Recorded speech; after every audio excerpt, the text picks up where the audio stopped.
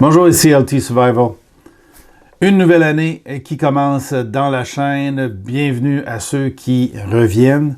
Je vous fais une petite mise à jour de la chaîne après la pause, mais aussi une grande nouvelle dans le domaine des armes à feu au niveau de la région, au niveau de la province du Québec.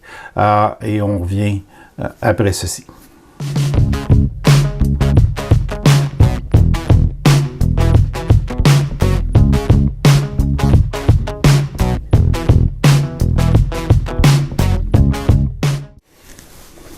On est de retour. Comme je disais en introduction de l'état de la chaîne a progressé malgré le manque de vidéos.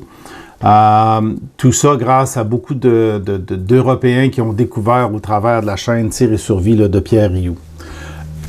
Je suis très heureux du fait que la chaîne ait progressé. Malheureusement, la disponibilité de temps pour vous créer des nouveaux vidéos m'a encore joué des tours, donc c'est pour ça que je n'ai pas produit autant de vidéos que j'aurais voulu pour la période hivernale. Je vais essayer de me remettre tranquillement à vous préparer des vidéos. La nouvelle maison a des beaux avantages, mais beaucoup d'ouvrages qui nous restent à faire là, pour être installés. Donc, vous comprendrez que les priorités, des fois, sont plus à la maison que pour les vidéos. Sur ce, passons au sujet principal, celui dont vous avez vu en partie un hint là, à l'intro. Ça fait déjà presque 2 semaines maintenant, 2 ou 3 semaines que le rachat des armes à feu, la saisie avec compensation, soyons clairs, avec présumée compensation, je vais être encore plus clair, et commencé. Il y avait eu au Cap-Breton une période d'essai d'1 mois qui a donné très peu d'armes, en fait 25, dont 12, une petite madame là, que son mari était décédé, ne savait pas quoi faire avec ce qu'elle avait à la maison, a tout dompé à la GRC. Et ils ont été bien sûr comptabilisés dans la saisie là, des armes là, dites de type d'assaut. Soyons clairs, un 22 Long Rifle semi-automatique n'est pas une arme d'assaut. Même si elle est habillée comme une AR-15, comme une M16, ça reste quand même une arme semi-automatique de faible calibre. La plateforme AR-15 est une plateforme moderne. Comme on pourrait dire, votre véhicule est plus proche de la F1 aujourd'hui que du Ford Model T, premier véhicule à avoir été créé. Donc, si je me fie à la logique libérale actuelle, votre voiture est une voiture de style de course, puisqu'elle a beaucoup d'attributs qui proviennent des véhicules de course de type F1 et autres, là, stock car et compagnie, là, name it, là, il y a tellement de catégories là-dedans aussi. Le développement se fait au travers des recherches pour des voitures de qualité. Donc, si on veut amener des freins anti-blocage, des transmissions automatiques, des meilleures consommations d'essence, ben on va l'étudier au travers des moteurs de type F1 ou de stock car ou de d'autres véhicules. Donc, c'est pour ça qu'il est facile d'associer quelque chose avec quelque chose d'autre. Le style d'assaut, c'est juste la peinture, là. 2 stripes sur le hood d'une Civic, avec un spoiler, avec un aileron en arrière, là, et vous avez un char de course. C'est aussi cave que ça. Ça ne change rien à la mécanique. Une bonne vieille Browning Bar 3006 et semi-automatique, de la même façon qu'une AR-15 et semi-automatique. Le boulet de l'AR-15 est beaucoup plus petit que le 3006. Les deux ont un magazine détachable maxé à 5 balles Pour la Browning Bar, ça donne qui a été dessinée avec 3, là, mais en théorie, un magazine de 5 balles pourrait être présent dans ces armes-là aussi. La R15, oui, a été dessiné avec des magazines standards de 30 balles, mais nos magazines à nous sont restreints. Donc, ils ont pris un magazine standard et l'ont bloqué à 5 balles pour ce qui est des armes longues à percussion centrale, 10 balles pour les pistolets. Donc, il n'y a pas plus. Tous ces magazines sont des magazines à capacité restreinte. Un magazine à haute capacité n'est pas un magazine de 30 balles. Je me répète, un magazine à haute capacité n'est pas un magazine de 30 balles. 30 balles est la capacité standard d'un magazine de style AR-15. Si vous mettez du 300 Blackout, vous allez avoir moins de balles dans le même magazine. Si vous mettez du 308 dans la même plateforme, le même magazine va même être limité à 20 balles au maximum pour une capacité standard. Chez nous, au Québec, les capacités sont limitées, restreintes à 5 balles pour tout ce qui est percussion centrale, arme d'épaule. OK. Ça, c'est clair. Donc, pour revenir à notre programme de rachat de ces armes qui sont barrées dans des lockers et non sur la route, sur la rue. OK? Nos armes légales sont enfermées dans des armoires barrées à triple tour selon la loi. Là, bien sûr qu'on suit la loi, même on va plus loin que la loi parce qu'on barre, rebarre et re-rebarre pour être sûr que personne ait accès à nos armes légales. Donc, il n'y a pas personne qui va venir chercher une arme chez moi pour faire un mauvais coup, sans avoir à défoncer la maison, passer le système d'alarme, défoncer la pièce dans laquelle mes armes sont entreposées et défoncer les casiers dans lesquels mes armes sont entreposées. À un moment donné, vous en voulez quoi de plus dans la sécurité de ces armes-là? OK. Donc, programme d'essai du rachat. Du rachat, de la confiscation avec pas de compensation sur le sens du monde. Au Cap-Breton, 25 armes, 12 par une petite madame. Un monsieur a avoué avoir participé avec son arme de style AR-15. Là, je ne sais pas ce qu'il y avait exactement. C'était pas une AR-15 spécifiquement. C'était une arme de meilleure qualité que ça. Plus dispendieuse. Une valeur de 4 000 $. Le gouvernement lui a versé un beau chèque de 500 $, à peu près. Soyons généreux dans les chiffres, là, on arrondit. Là. 500 $ pour une arme de 4 000. C'est pas une compensation, c'est du vol. OK? C'est du vol, c'est pas une compensation, comme ils disent fair en anglais. Là. Fair est équitable. Là. Équitable là, au niveau du marché. Les armes ne perdent pas de valeur, à part le fait que le gouvernement nous a bloqué la vente de nos armes. Les armes ne perdent aucune valeur, jamais. Donc, si le gouvernement était fair, était équitable dans ce qui est un rachat, il ferait le rachat au prix du marché, ou très proche du prix du marché. Surtout pas de promettre un montant puis t'en donner un autre. Parce qu'à date, c'est ce qu'ils ont fait. Ils promettent un montant, ils ont dit la liste du montant, il y a une liste publiée là, avec des noms d'armes, puis des montants.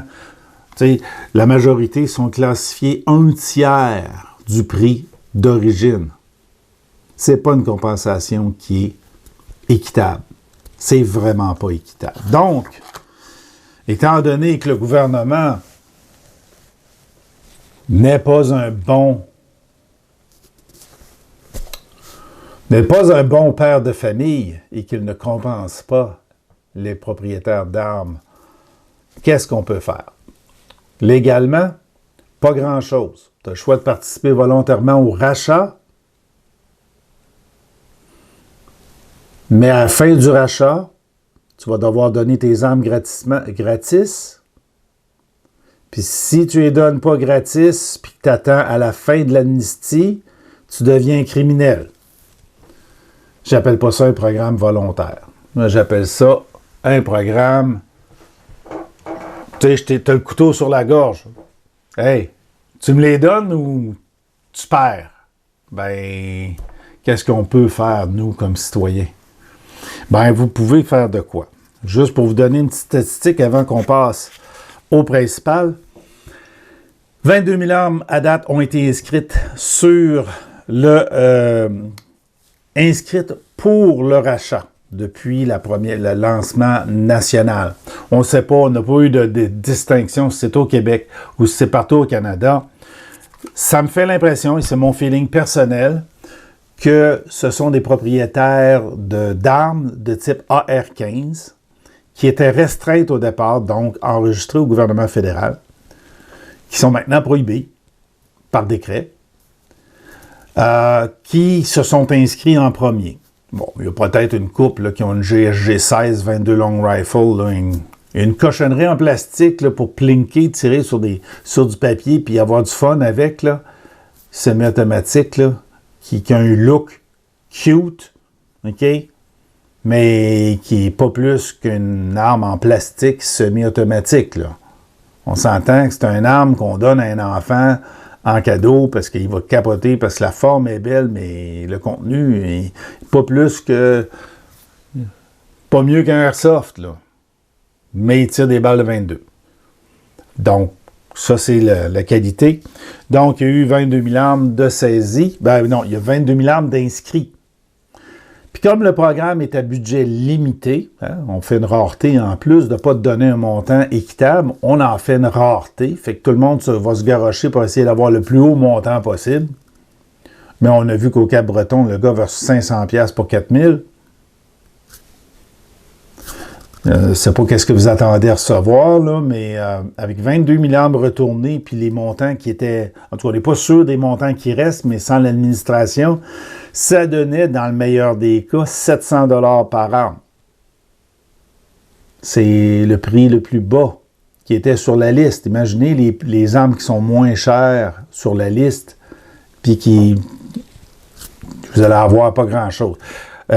Certains ont estimé qu'avec l'administration du programme, parce que, hey, on a versé 12,5 millions à la Sûreté du Québec pour compenser les heures supplémentaires que les agents vont faire pour administrer. Puis on parle juste d'administrer le programme, c'est-à-dire être dans un parking comme au Nouveau-Brunswick, pas comme au Nouveau-Brunswick, mais au Cap-Breton, être dans un parking pour attendre les propriétaires d'armes, pour que celui-ci rouvre son coffre, puis qu'on ramasse ce qui traîne dans le fond du coffre, puis on pitch ça dans le container.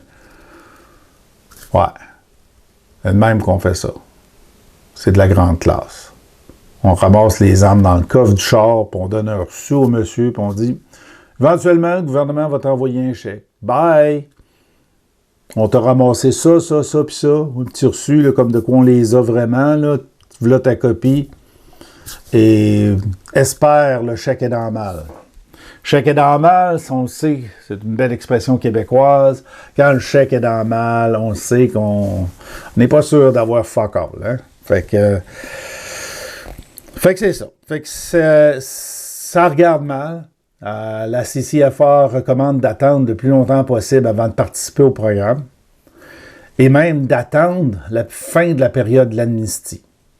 Parce qu'aujourd'hui, encore, quand on retrouve des vieilles guenilles au fond d'une grange d'un vieux grand-père, des fois, ils ont des affaires qui viennent de la guerre. Puis à date, personne s'est fait charger pour avoir rapporté une AK-47 ou un MP40 là, full auto là, à la police. Généralement parce que c'est des vieilles personnes, mais on s'entend que si bénévolement je vais te donner quelque chose que j'ai trouvé dans le fond d'une grange, mon intention n'était pas de mitrailler avec. Puis les propriétaires d'armes à feu sont des gens consciencieux. Je travaille dans le domaine. Ma job, c'est de m'assurer de la sécurité des gens. Oui, il y en a qui ne sont pas à l'aise avec. Oui, il y en a qui ne sont pas habitués. Mais on fait en sorte que les gens tirent d'une manière sécuritaire et sans danger pour eux ou pour les autres. L'objectif, avoir du fun, avoir du plaisir et transmettre nos connaissances. Parce qu'entre nous autres, on s'aide beaucoup. Moi, je n'ai jamais fait de rechargement, mais j'en ai appris en tabarnouche sur le rechargement depuis que je travaille là où je travaille. Donc, c'est important pour nous, OK, de tous ensemble se tenir debout puis dire au gouvernement, mettons l'argent à la bonne place plutôt que d'attaquer des propriétaires d'armes sans histoire. Vous avez incroyablement dépensé d'argent. Ils vont dépenser 743 millions. Ça, c'est à part les dépassements de coûts. Ça, c'est à part tout, là. On est sûr qu'ils vont finir au plus qu'1 milliard juste en campagne publicitaire puis en entretien de site. Regarde, c'est ridicule.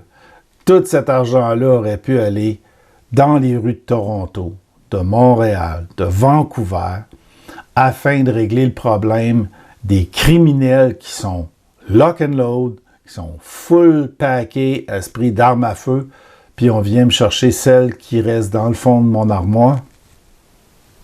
Je comprends pas. Pourquoi désarmer la population quand vous n'êtes même pas capable de vous occuper des criminels? Première question. Deuxième question. C'est quoi votre but ultime? Parce qu'il y a un but ultime en arrière de ça. Mais je vais laisser ça en suspens.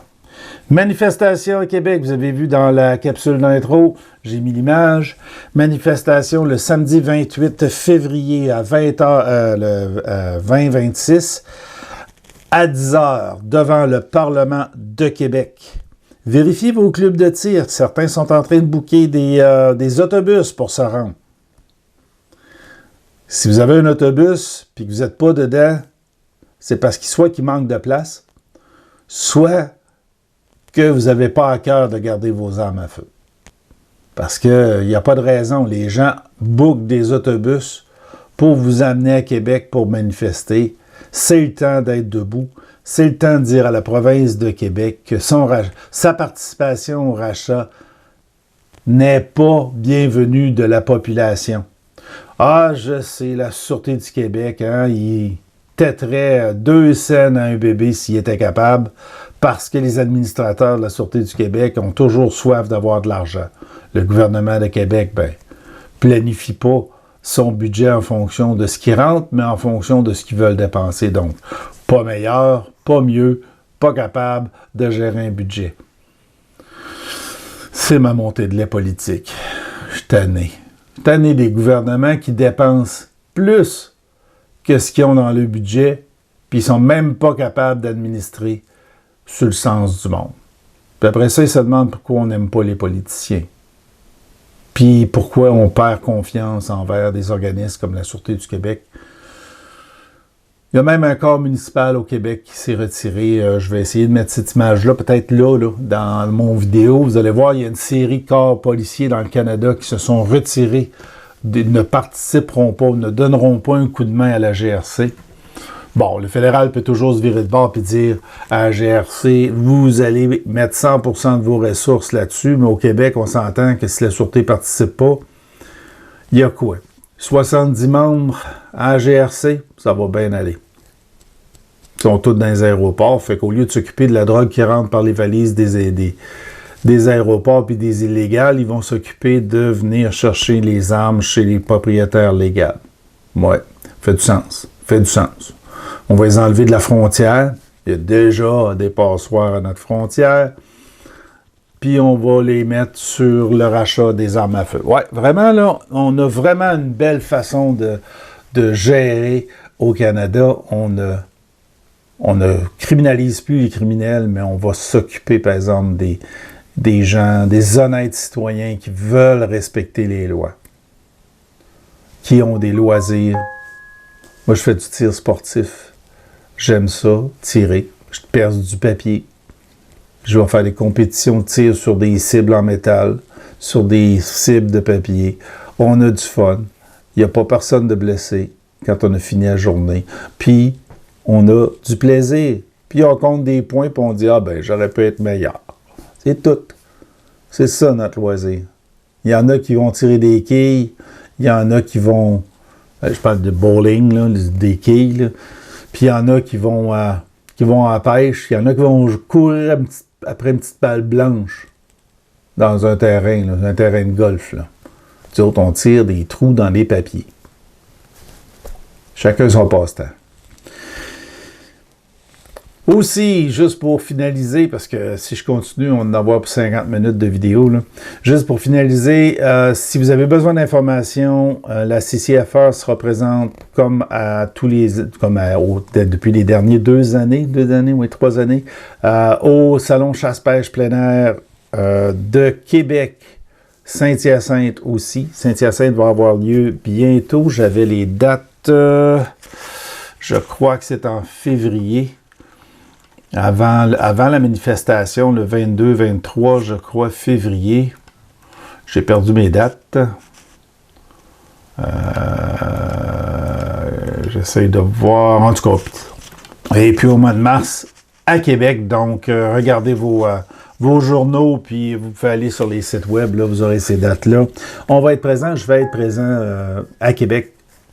Pour sûr, si vous voulez venir me parler, ça va me faire plaisir. Si vous voulez des explications supplémentaires sur comment agir avec le rachat, c'est sûr qu'au mois de mars, la partie rachat va probablement achever si elle n'est pas terminée. On a jusqu'au mois d'octobre en amnistie, donc vous pourrez décider ce que vous voulez faire. Là. Malheureusement, les gouvernements nous considèrent comme étant des poubelles, parce qu'ils peuvent disposer de nous autres comme de rien. Là. Et c'est pas équitable. Un gouvernement ne devrait jamais traiter ses citoyens, surtout dans un pays démocratique comme le Canada, présumément un pays occidental démocratique. Moi, je vois des corrélations avec la Chine. Je comprends pourquoi ils veulent se jumeler avec la Chine. Puis je vais fermer ma gueule pour le reste. Parce que j'ai servi. Puis je suis pas sûr. Je suis plus sûr de mon service. Pour ça, je prends ma retraite là, de tout ce qui est cadet et armée. Parce que c'est pas vrai que je vais opprimer ma propre population. C'est pas vrai que je vais servir des imbéciles comme on a à Ottawa puis à Québec. Là. Si vous voulez défendre vos frontières armées, là, vous les défendrez tout seul. Vous me désarmez, c'est pas vrai, je vais reprendre les armes pour aller à la frontière pour attendre les Américains. Soyez avertis. OK? Et voilà. Fait que j'espère que ça vous a intéressé, que c'est de l'information qui vous a été utile. Malheureusement, pour les tireurs sportifs, c'est minuit moins quart là, le 28 février. C'est vraiment... quand je dis tireurs sportifs, j'inclus les chasseurs, les pêcheurs, parce que tous ces loisirs-là là, de plein air là, sont tous liés ensemble. Là. Si vous pensez que la pêche va survivre à la fin de la chasse, puis que la chasse va survivre à la fin du tir, moi, un tireur sportif peut passer 1500 balles là, par année, puis ça, puis je prends mon temps, là, on s'entend, ça peut être 2 puis 3 000 dans les compétiteurs. Combien vous achetez de balles, les chasseurs? 20, 40 par année, peut-être 60. Ceux qui viennent tirer au champ de tir, 80, 90, 100 dans l'année. Moi, j'achète ça à la caisse. Un tireur sportif achète ça à la caisse s'il ne recharge pas. Donc, 1000, 2000, 3000 balles par année, on tire. Parce que c'est plaisant, parce qu'on fait des compétitions. Une compétition, c'est 200 balles. Fait que ça, c'est 1 heure. Si, admettons, on mettait tous les stages un après l'autre, puis qu'il n'y avait pas personne d'autre à côté de moi, là, puis que je faisais tous les stages, 20 minutes, j'ai tiré 200 balles. C'est comme ça. Nous autres, on tire. Nos armes fonctionnent beaucoup, là. Puis on les amène, puis il n'y a pas personne de blessé, là. J'ai tiré 1500 balles facile l'année passée, puis ça, c'est juste un calibre, là. Il n'y a pas personne qui a eu mal à cause de mes balles. Fait que c'est ça. C'est ça le tir sportif, c'est ça le monde du tir. Il y a du monde qui aime reloader, qui développe des charges, ils font du tir à longue distance. Il y a d'autres qui font du tir au pigeon d'argile. Pigeon d'argile, là, quand ils passent une caisse par session de pigeon d'argile, une caisse, c'est 20 boîtes de 25, chose de même, 500 balles, là. Fait que eux autres aussi en tirent beaucoup de balles par année. Fait que sur ce, je vous invite le 28 à participer à la manifestation, à faire entendre votre voix. Le Québec, c'est pas vrai qu'il va être la seule province qui va participer à une saisie sans compensation de nos armes, alors que le reste du Canada ne participe pas. L'Alberta ne fera pas de rachat, ne criminalisera pas ses citoyens. Donc, pourquoi nous, on aurait un traitement différent du reste du Canada? On en fait partie, malgré tout. Ce serait peut-être le temps qu'on ait les mêmes avantages que tout le monde et non pas juste des inconvénients de plus. Sur ce, je vais terminer la vidéo ici pour ne pas s'étendre trop longtemps. Si vous avez aimé la vidéo, si vous avez aimé le contenu, donnez le thumbs up. Si vous ne l'avez pas aimé, ben donnez le thumbs down, ça fait pareil. Si vous avez des commentaires à laisser en bas. Malheureusement, mes amis européens, américains qui sont en anglais, ça les intéresse aussi. Collion Noir et un paquet d'autres YouTubeurs américains parlent de la situation au Canada et ils sont pas... trippent pas ben parce qu'ils voient le pattern se répéter chez eux. Donc, même pour eux autres, c'est malheureux, la langue française ne les atteindra pas, mais pour les copains québécois, c'est le temps de se réveiller, c'est le temps de se lever debout et de dire au gouvernement « Hey, assez, c'est assez. Faites-le le 28. » Puis, si vous avez besoin d'informations, il y a les sites de la CCFR en français. Il y a des entrevues que Sophie Bélan a données, excellentes entrevues qu'elle a données à Dumont, puis un autre là, à Montréal. Là. C'est important de vous informer. Les lois ont changé, des armes deviennent prohibées parce que la GRC a décidé qu'elle était trop méchante, un look trop méchant. Fait qu'ils deviennent prohibés, on ne le sait pas tout à coup, puis si on se lève le lendemain, on a encore une arme de prohibée. Elle n'est pas dans le rachat, hein, parce que quand c'est par le FRT, ça n'embarque pas dans le rachat. Fait que si vos armes sont dans la liste du gouvernement, vous pouvez essayer peut-être d'obtenir une petite pièce de compensation. Puis quand je dis une petite pièce, là, si on est chanceux, là, la majorité d'entre nous autres, quand on va être obligé de les donner, là, ça va être 50 pièces. Imposable, sûrement. Donc, merci gouvernement de me saisir, de me déproprier de ma propriété privée. Et c'est une belle porte que vous avez ouverte pour saisir sans compensation les autres types de propriétés privées que les gens ont. Soyez conscients. Donc, sur ce, comme je disais, donnez le thumbs up, aimez, partagez et abonnez-vous à la chaîne. Merci. On se revoit aux prochaines vidéos.